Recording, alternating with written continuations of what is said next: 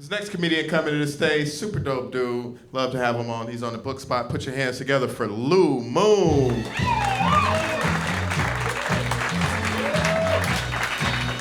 Keep it going for Lamar, everybody, one more time, please. I beg you. Oh, it's so good to be here at Stir Crazy. I like comedy. Great start. This is a comedy show, right? Yes. Have we been laughing a lot? I love laughing. I laugh all the time.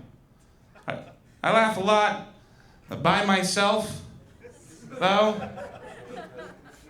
I know that's a bad look. You ever laugh by yourself and look for the people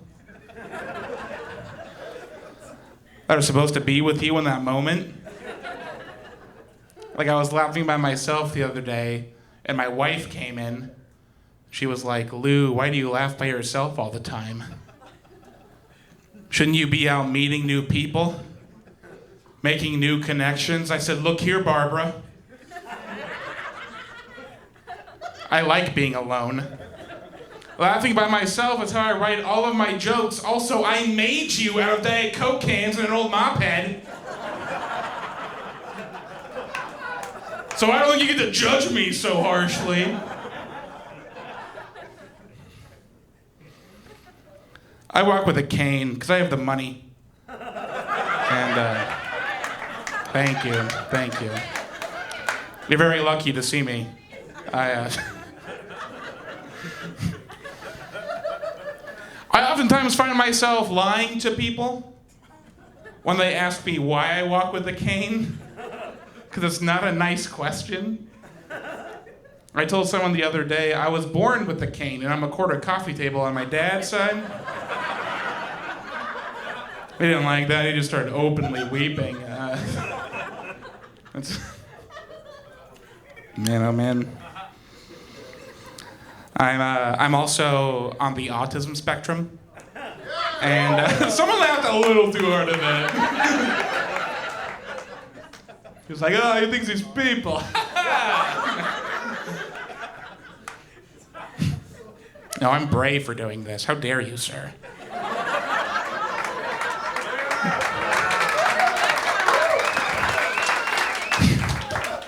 That's right. A very well-deserved applause break. No, I was backstage at a different comedy show not too long ago, and I was talking to a fellow comedian, and I was telling him, I'm so poor right now, I think I have to go sell my plasma. And he said, "Lou, you can't sell your plasma. You're autistic."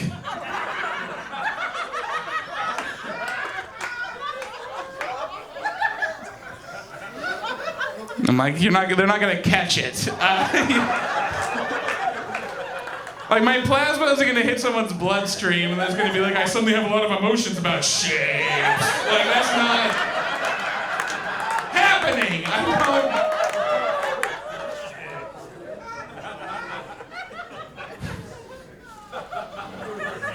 So I'm disabled. I'm autistic. It makes dating difficult. I'm trying out the apps right now. Tinder's a non-starter because half the people's bios on Tinder are just like looking for a hiking buddy, which to me is code for will not fuck disableds. So that's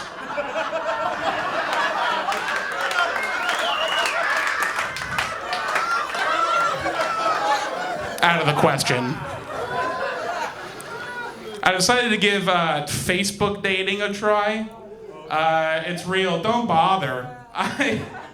Like the great thing about Tinder is like the anonymity of it all. You know, you can like swipe left on someone, they don't have to know. That you can swipe right on someone, but they swipe left on you. Nobody knows. It's great. I go to swipe right on a beautiful lady on Facebook dating. That's what I call the people I date, beautiful ladies, regardless of gender.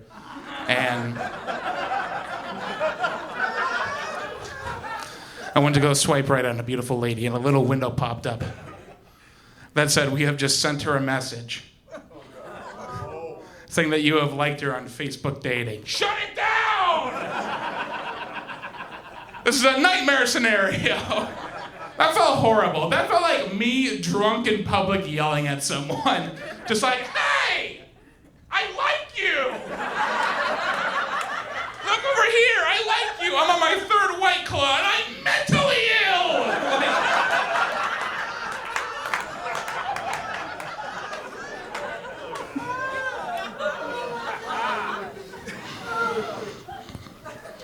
I actually just started seeing somebody new.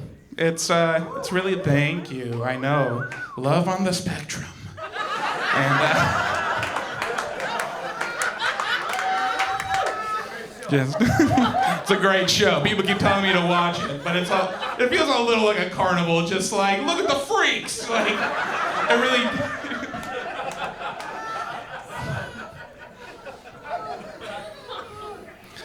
No, so I'm seeing somebody new right now, and so they're a polyamorous person.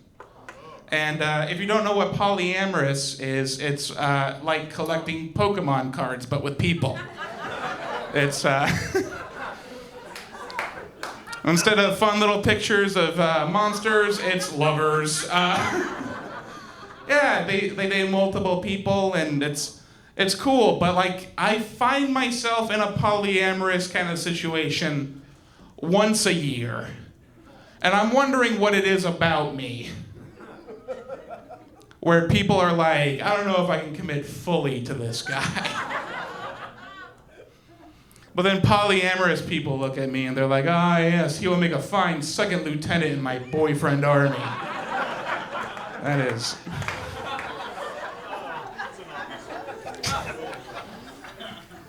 It's all good, gang. You guys have been wonderful tonight. I'm not getting off stage. I was like giving out compliments. I'm gonna do one more for you folks, and then I'm gonna vamoose. I went to the Renaissance Fair for the first time. Me, the first time. I know what I look like. I look like I live there. Like, I travel around with him. I got a medieval flail hanging above my bed, you know. But the Renaissance Fair is great because it's full of stuff that you don't think you're allowed to touch, but you are. Like, I walk into a tent and there's a guy, he's like, would you like to hold a sword? I'm like, only all my life, yes. Thank you.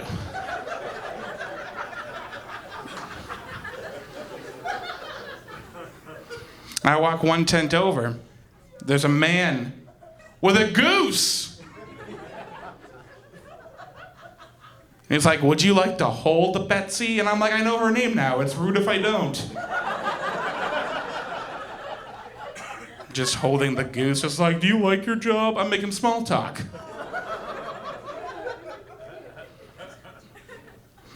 I find a booth at the Renaissance Fair where you can throw 4 axes for $4. That's a steal. That's a bargain. I'm going for that. Let's get some rage out in public, absolutely. Nominal fee. That's when I find out, cash only! Cash only at the Renaissance Fair. Because I go to hand the boy in the tunic my credit card. And he looks like he's been waiting for this all day, just like...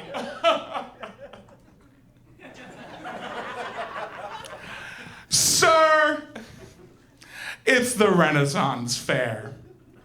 The Renaissance! They didn't have cards back then. I was like, oh, forgive me, I seem to have left my little leather baggie of shillings at home.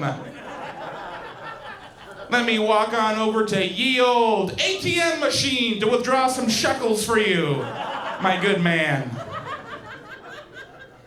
But he was acting like that was the thing that made the Renaissance Fair an authentic experience. But if I could go back in time to the Renaissance, I wouldn't do any of the shit that they have there. The first thing I would do if I could go back in time to the Renaissance is I would feed a peasant boy a sour warhead and watch him die. Thank you guys very much. That's been my time. I've been Lou. Thank you.